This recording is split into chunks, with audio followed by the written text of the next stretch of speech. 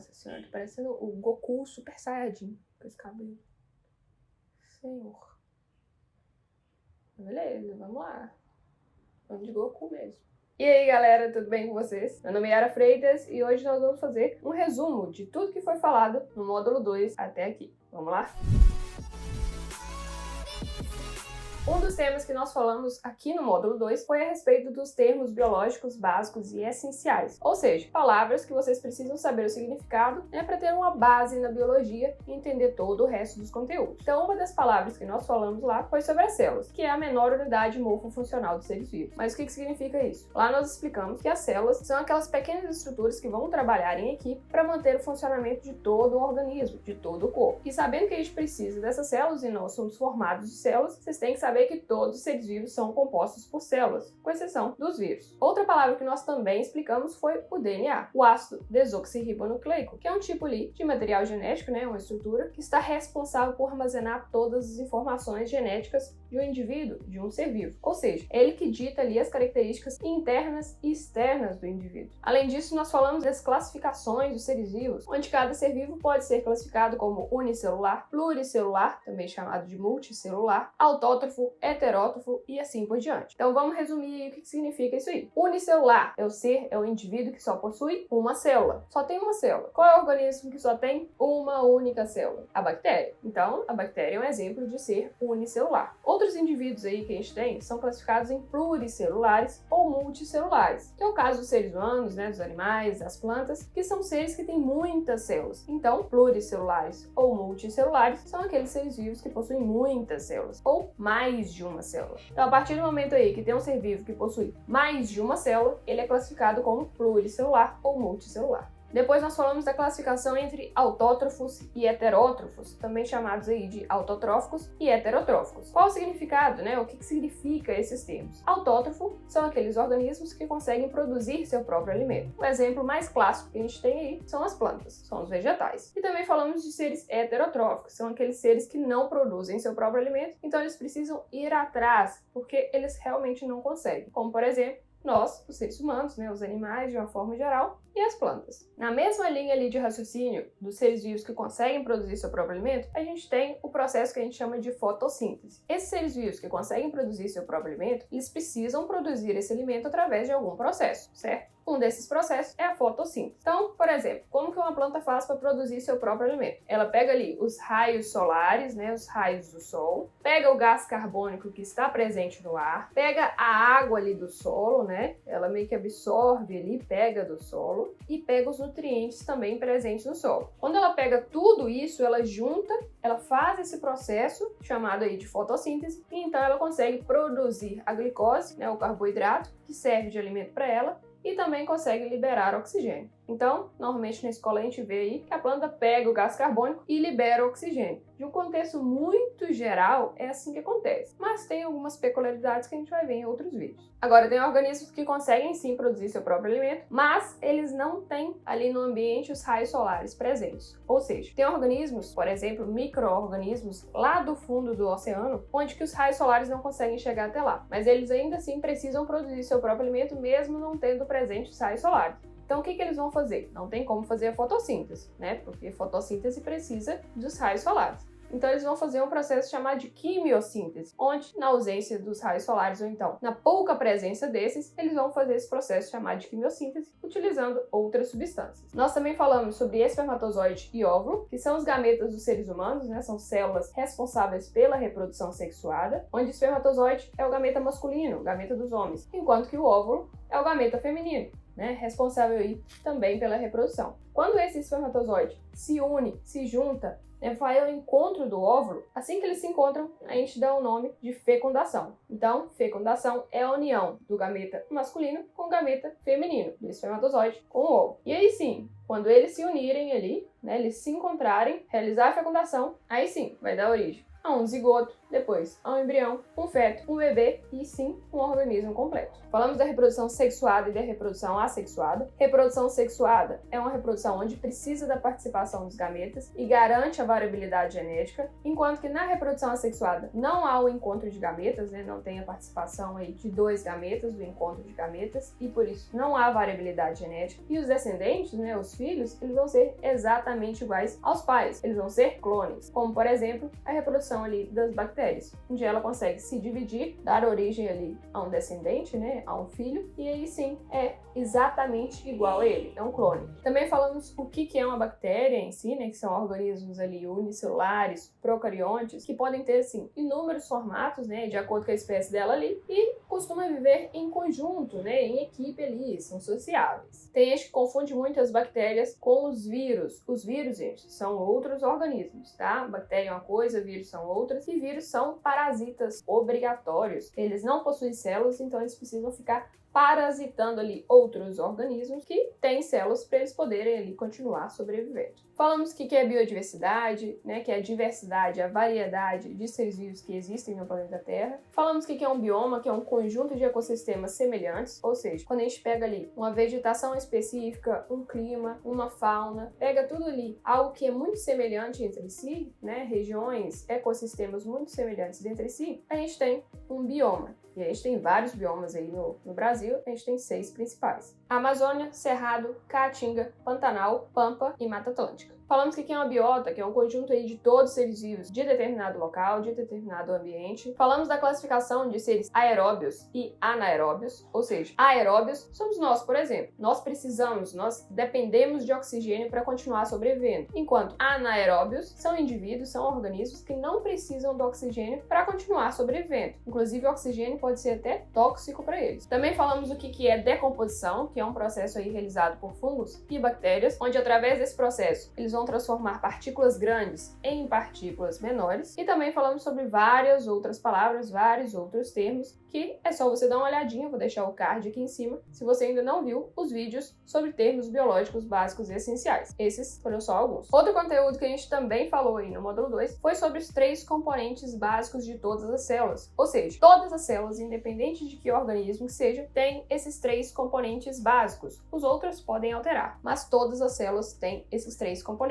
Quais são eles? Membrana plasmática, citoplasma e material genético. Lembrando que não é núcleo, tá, gente? Muitas vezes livros de escola aí costumam estar escrito assim, membrana plasmática, citoplasma e núcleo. Não! É uma informação desatualizada. Hoje em dia a gente sabe que tem células que não têm núcleo, como por exemplo as células das bactérias. Então os 3 componentes básicos são membrana plasmática, citoplasma e material genético. A membrana plasmática, lembre-se que ela tem como função ali proteger a célula, né, aquela capinha que serve para proteger a célula, e também realizar ali a permeabilidade seletiva, ou seja, o controle da entrada e da saída de substâncias para dentro e fora da célula. Já o citoplasma é o local, é a região da célula onde a gente tem líquido e organelas. Esse líquido é chamado de hialoplasma ou citosol. E a gente também tem mergulhados nesse líquido as organelas, as famosas organelas. Então, o conjunto desses dois forma o citoplasma, a região, o local. E a gente também falou sobre o material genético, que é, dentre suas várias funções ali, codificar genes, armazenar informações genéticas. Ele pode ser tanto DNA quanto RNA. Então ele pode ser ou um ou outro, ou até mesmo os dois. Depende aí dos organismos. Também falamos das diferenças entre as células procariontes e as células eucariontes. Lembre-se que tem organismos que são classificados como procariontes, né? Tem células procariontes. Também tem seres vivos, tem organismos que são classificados como eucariontes, que têm células eucariontes. Então a gente viu lá no vídeo sobre células procariontes e eucariontes que as células procariontes são células mais simples. Ela vai ter sim seus 3 componentes, né, assim como todas as células, membrana plasmática, citoplasma, material genético, só que ela não vai ter núcleo, né, não vai ter carioteca. Então, se ela não tem aquela membrana ali que envolve o núcleo e automaticamente não tem o núcleo, então o material genético dessas células procariontes vai ficar solto no citoplasma, vai ficar disperso no citoplasma. Essas células procariontes também não têm organelas. A única organela ali, né, que ele vai ser os ribossomos. Claro, pode ter cílios, pode ter flagelos, mas isso não são organelas. Então lembre-se, células procariontes são células que não têm núcleo, não têm carioteca, são células mais simples, como por exemplo das bactérias. Agora, as células eucariontes não, as células eucariontes vão ser muito mais complexas. Ela vai ter, sim, os 3 componentes, como sempre, membrana plasmática, citoplasma, material genético, só que ela vai ter mais um monte de coisas. Ela vai ter o núcleo, né, com sua carioteca, vai ter ali o material genético dentro desse núcleo, vai ter vários tipos de organelas, vão ter cílios, flagelos, da mesma forma, vão ter ribossomos, vão ter centríolos, vão ter várias estruturas ali que, se você dá uma olhada, você vê que ela é mais complexa, tem muito mais coisas dentro dela. Exemplos de seres vivos eucariontes, que têm células eucariontes, né, eucarióticas, são, por exemplo, os animais e as plantas. Lembre-se que os seres humanos estão incluídos nos animais, tá? Então lembre-se que, de comum entre célula procarionte e eucarionte, vão ser só os 3 componentes básicos, né, membrana plasmática, citoplasma e material genético, e os ribossomos. Então, só essas 4 estruturas que vão ser comum entre células procariontes e eucariontes. De resto, gente, é tudo diferente. Agora, nós também falamos sobre células animais e células vegetais, né, de suas diferenças, do que tem de comum entre uma e outra. Vou até deixar uma imagem aqui para você, só relembrando um pouquinho do nosso vídeo, tá?